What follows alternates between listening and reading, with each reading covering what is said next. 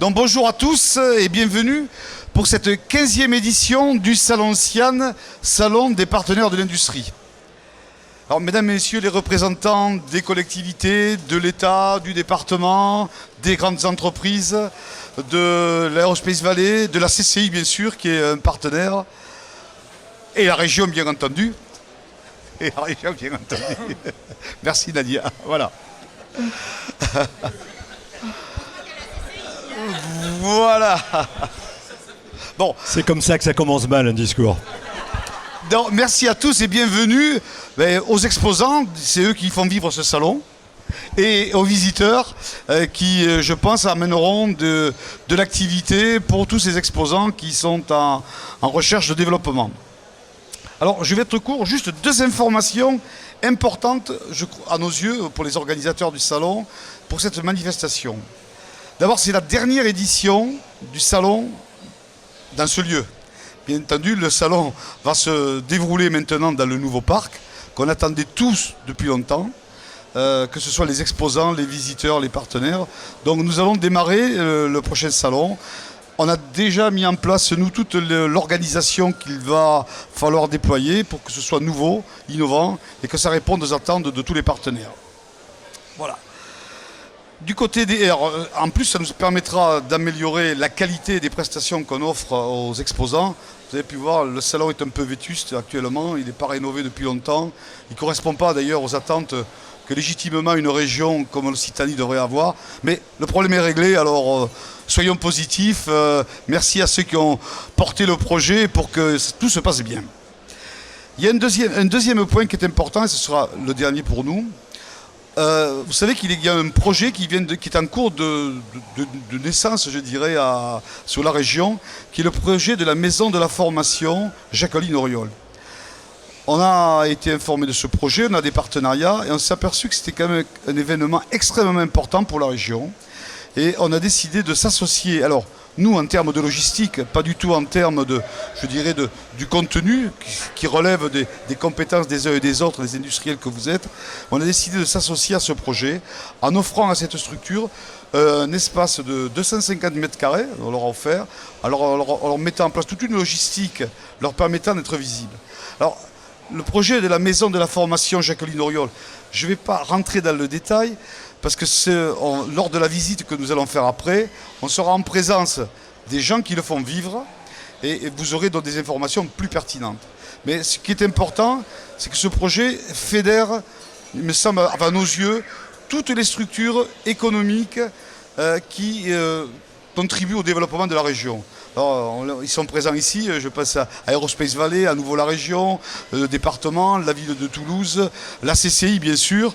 Donc c'est signe que si tout le monde se regroupe autour de ce projet, qui est quand même le développement de l'usine du futur dans la région, c'est quand même un très très bon signe pour la région. Et pour la région d'une part, mais surtout pour le développement de nos entreprises, qui est quand même la finalité. Voilà.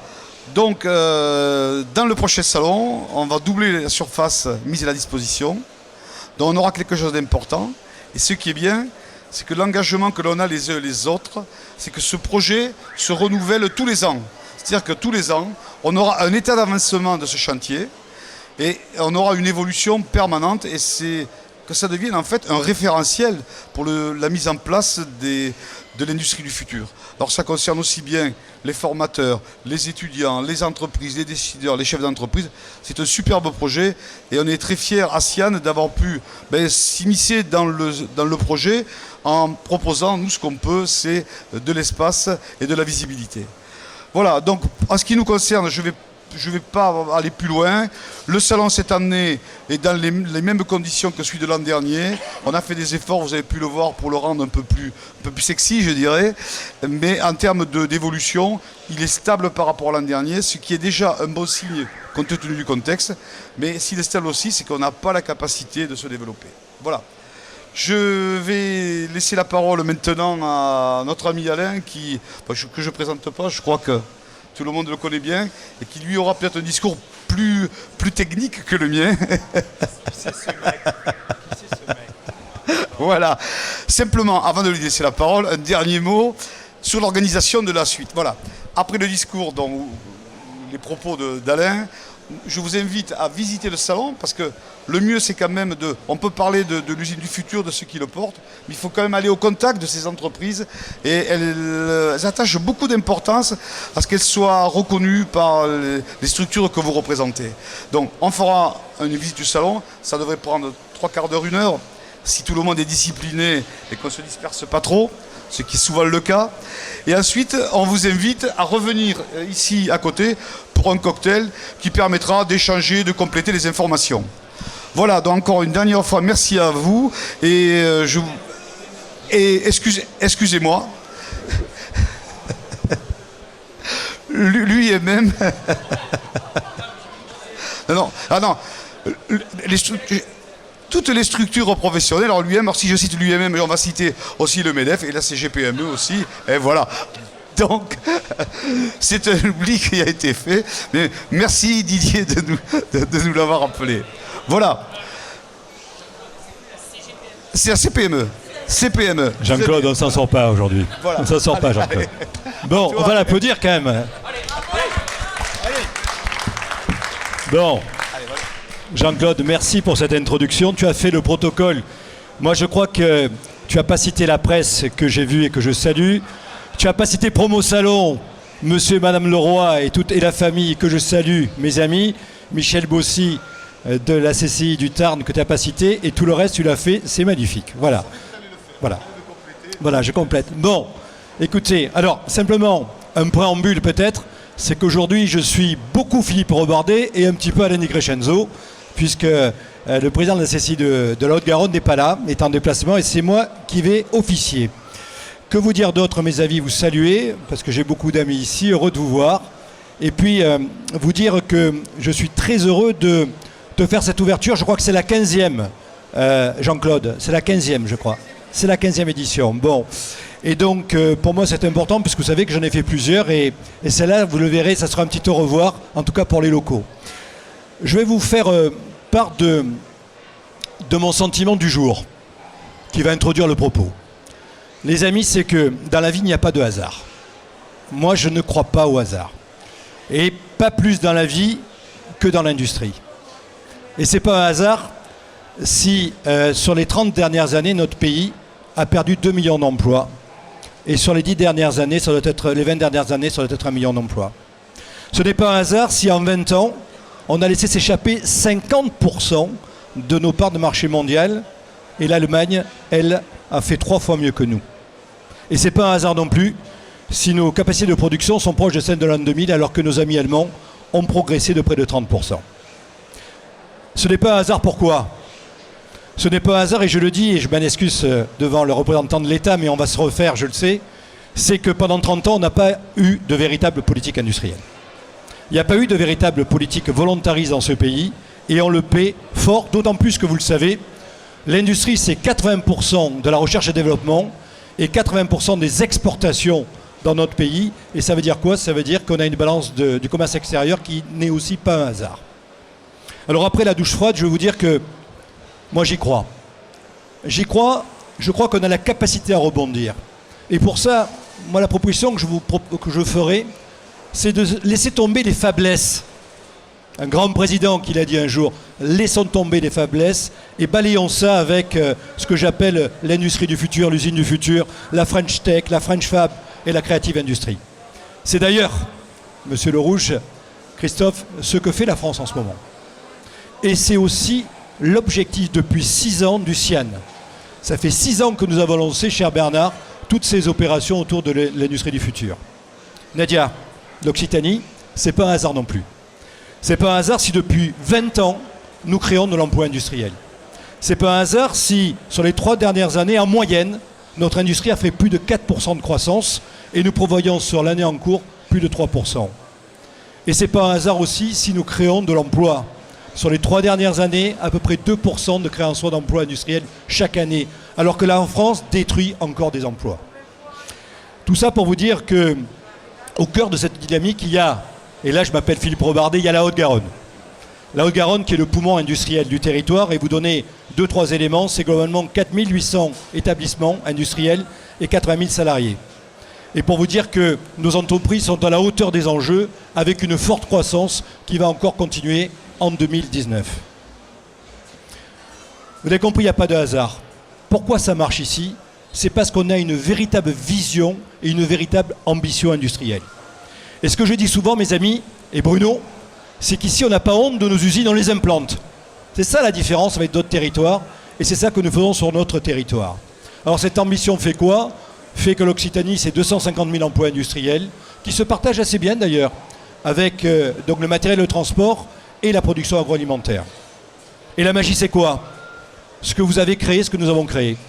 Des filières industrielles compétitives. Ce qu'on appelle chez moi les end-to-end process, qui sont là et qui créent de la valeur. L'aéro, bien sûr, le spatial aussi, l'agroalimentaire, les technos. Sur le numérique, on l'oublie souvent, 65 000 emplois sur le territoire. L'agroalimentaire, 30 000 salariés avec beaucoup de PME, PMI. La santé, les biotech, 20 000 salariés. Tout ça, c'est l'industrie qui fait rayonner le territoire. Alors là, je me trouve vers les patrons, nos associés du CIAN.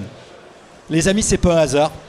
Si la CCI de la Haute-Garonne a décidé, pendant 15 ans, de soutenir le CIAN. Et ce n'est pas un hasard si le président que j'étais a décidé en 2014 d'être associé dans le CIAN parce qu'on voulait ancrer ce salon et cette filière industrielle chez nous. Et donc le CIAN, vous le savez, c'est le plus grand salon industriel hors Paris. Donc le plus grand, n'est-ce pas? Le plus grand salon industriel. C'était l'an dernier, si mes chiffres sont bons, globalement, plus de 10 000 visiteurs, 720 000 entreprises avec 720 entreprises exposantes et 500 rendez-vous d'affaires, ça sera l'année prochaine ça.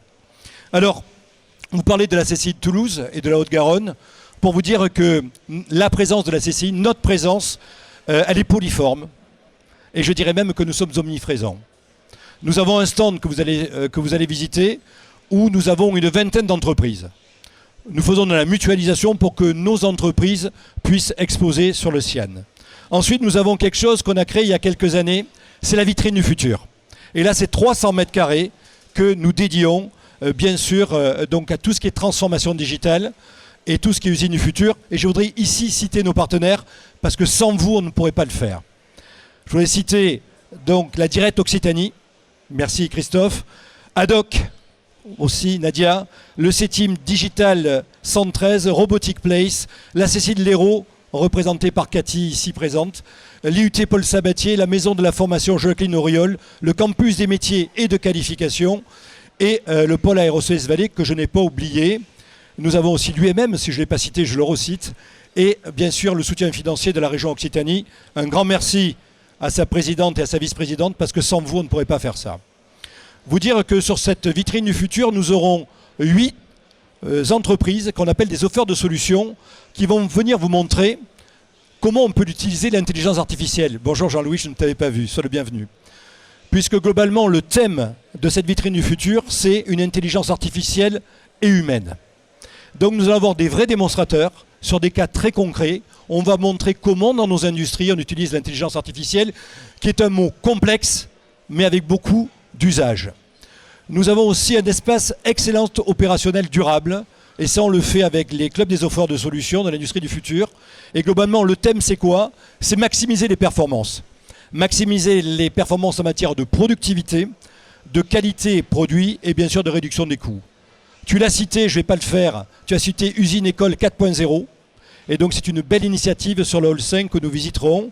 Je veux aussi citer le studio qui est ici, où on va venir pitcher, on va venir enregistrer des vidéos, ça ce sera pour les offreurs de solutions. Bonjour Dominique Faure. Et nous aurons aussi un espace d'accompagnement.